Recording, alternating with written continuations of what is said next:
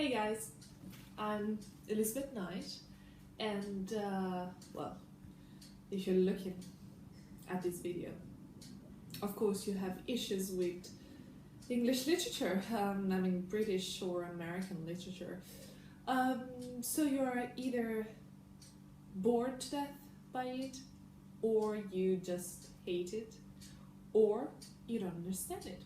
And my job here is to make, hopefully actually, English literature appealing, interesting, not boring, I hope. And come on, I am quite cute. No? Okay, what are my qualifications, first of all? I have studied British and American literature at university, and my mom is an English literature professor, so yes, I was born with this, as you may say, talent. And I know I look young, because I am young.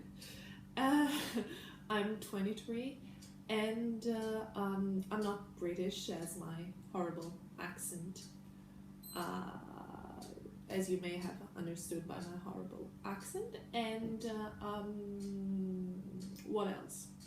I know this is not a very credible attire for me to be in, to teach English literature, but come on, let's skip appearances and let's get on with it. Why did I do a video on YouTube, you may ask? 2 days ago, I was on the internet and I was on YouTube, and I found a video on flashlights. There was this guy that was explaining flashlights, and I thought, my God, this guy is just talking about flashlights, and he has followers and he has many views. Why? And I thought, well, you're good at English literature, why not help other people? That's why. And now you're maybe thinking, why was I watching a video on flashlights? That's an interesting question. I was trying to open my flashlight to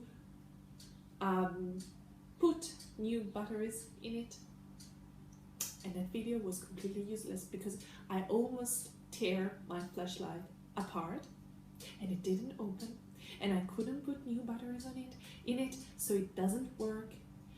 And so yes, the tool won over me, human. And yes, it still hurts. Anyway, let's get serious now. Today I'm going to talk to you about Virginia Woolf, general information about her. Maybe if I have time, something about her most important novel, Mrs. Dalloway. But I think today it will be only just an introduction. Okay, we can get started. I have to put my glasses on because I'm completely blind, and because they make me seem intellectual. Oops, my glasses are dirty and so disorganized. Okay. So, Virginia Woolf. My God, I look like a nerd. Cute nerd. Virginia Woolf was born in 1882. Of course, all this stuff you can find it on English literature books, but it is very important, especially when Virginia Woolf is concerned, to understand the background, her life, because it is very crucial in all her novels. So she was born in 1882 in London. She was the daughter of a literary critic, Leslie Stephen. So she grew up in a very intellectual, cultivated environment, because her father used to invite all his friends, his writer friends, to his house, and where he held meetings, and where he used to hold meetings, and so she met many writers of the 20th century, Henry James, Thomas Hardy, D.H. Lawrence, Meredith, and so on. And they also had a very big library in their house, and so she spent many hours reading, and so she grew in a very cultivated atmosphere. She used to spend her summers in Cornwall, because they had a house by the sea, and that's very important because it is a sort of inspiration for one of her most famous novels, To the Lighthouse. And the sea, water in general actually, is very important in all her novels, because water represents everything that is feminine, harmonious, but it also represents the resolution of all conflicts in death. After her mother's death, she has her first nervous breakdown, also because she's left with her father, who was a typical Victorian moralist, who was very strict, quite oppressive, tyrannical, and he sort of idealized women. He thought that the only function of women in society was a decorative one. And that clashed with Virginia Woolf's convictions of women's conditions. After his death, she's finally free. She moves to Bloomsbury, where she creates, where she forms the so-called Bloomsbury group, which was made of progressive artists who challenged all the Victorian values and who emphasized the new literary values, subjectivity, interiority, and new techniques such as the stream of consciousness, interior monologue, and so on. She marries Leonard Woolf, a publisher. They moved to the countryside because she was very ill. She's very ill. She has many nervous breakdowns. She hears voices. She's getting mad. And I recommend you a very good film, The Hours, in which Virginia Woolf is played by Nicole Kidman, and it is there's a very accurate description of how she lived when she was in the countryside, and her illness, her sensitivity, her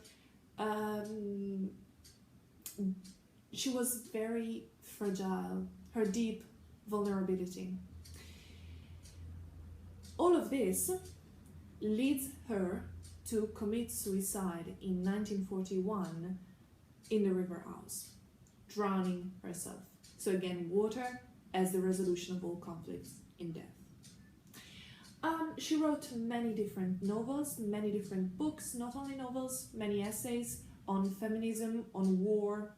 She was very passionate about war. She was shocked by the First World War, and again she couldn't cope in 1941 with this new war, which was even more terrible than the first one, and that's one of the reasons why she committed suicide, because of her deep sensitivity, of course. I can quote some of her novels, most famous novels, The Voyage Out, 1913, which is still quite similar to, it's not a modern novel already, it is quite similar to the old Victorian novel. And then Mrs. Dalloway, 1925, To the Lighthouse, 1927, Orlando, 1928.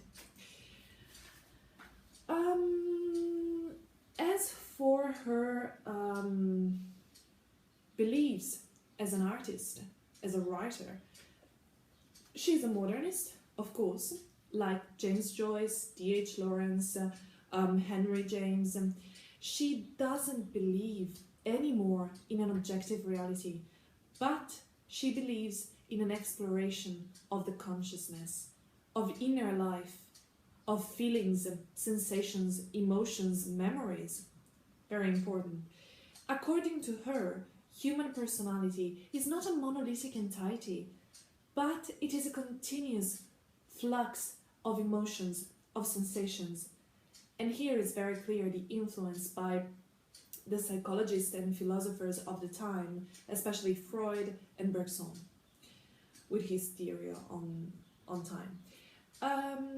According to her, life is not a series of events in chronological order, symmetrically arranged, but it is a luminous halo, a semi-transparent envelope surrounding us. As for human consciousness, she was very deeply influenced by William James, who was Henry James's brother, and who wrote Principles of Psychology in 1890. In this book, he states that consciousness is not chopped in beads. It is nothing jointed. It flows like a river, a stream. The stream of consciousness, of course. Typical technique used by both Virginia Woolf and James Joyce. What is the stream of consciousness technique? It is an attempt to render the continuous flow of the mind with its free play of images and associations. Its proper medium is the interior monologue, which is a sort of soliloquy of the mind with itself. There are four main highlights, main points that are always present in her books, her novels. First of all, forget the traditional plot. The Victorian plot, full of events in chronological order. Just think about Charles Dickens, Oliver Twist, David Copperfield, in which everything happens. Or Wilkie Collins, Armadale, The Woman in White. Many, many events, very complex plots. We have to completely forget this, because now what Virginia Woolf and all the modernists introduce is a continuous flowing of impressions. There is very little plot, no chronological order, many flashbacks. Everything happens in the mind of the characters. Second important point, the omniscient narrator. There are many different points of view, many shifts inside the character's mind. Reality is viewed through recollections, sensations, emotions, flashbacks. Third point, very important, sensations. What the character smells, what the character hears, what the character sees. Reality is just the starting point of the character's thoughts, of the character's recollections, of flashbacks. Fourth highlight, characters are not described from a physical point of view or from an objective point of view, but they come to life through what they think, and especially what other characters think of them. There are different points of view, different perspectives, and reality is perceived in many different ways, and has many different meanings according to the character that is talking, that is thinking at that moment. Differently from Joyce, who uses the stream of consciousness in a sort of incoherent, syntactically wrong way, Virginia Woolf maintains a logical, grammatical organization of her monologues, of her characters' monologues and thoughts.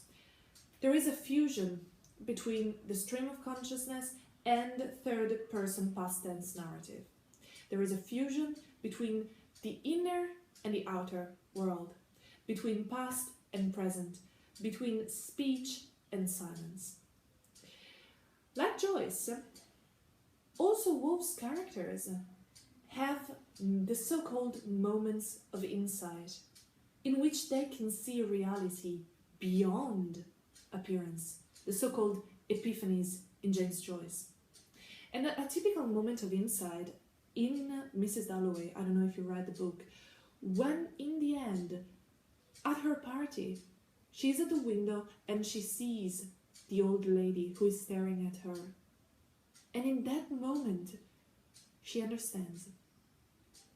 She decides that she can accept reality, that she can accept life, that she can accept old age and time passing. She embraces life. And that's why in the end she survives and Septimus doesn't. Differently from Joyce, her characters are not myths, heroes from the past, but they're just human beings. She has a very poetic use of language in all her novels, a very elusive, emotional language. Like the Impressionists, she attempts to size impressions of reality, of our consciousness, through the use and description of light, colors, sensations, nature. Okay, that was the brief introduction to Virginia Woolf. I hope you liked it. I hope I was not boring.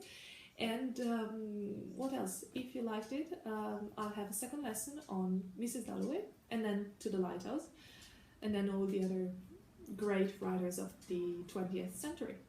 I really hoped you liked it. Bye. From this cute nerd.